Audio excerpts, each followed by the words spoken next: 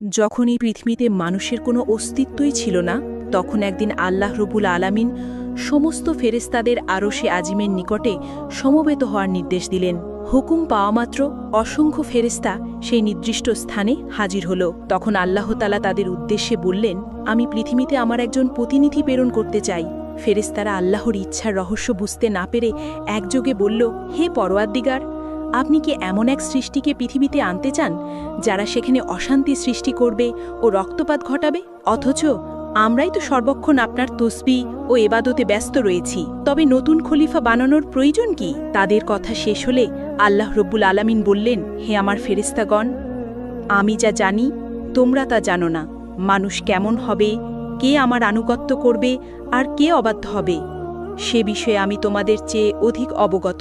তবে জেনে রাখো, আমি তোমাদের মতামত চাইনি, শুধু জানিয়ে রাখলাম মাত্র। আল্লাহ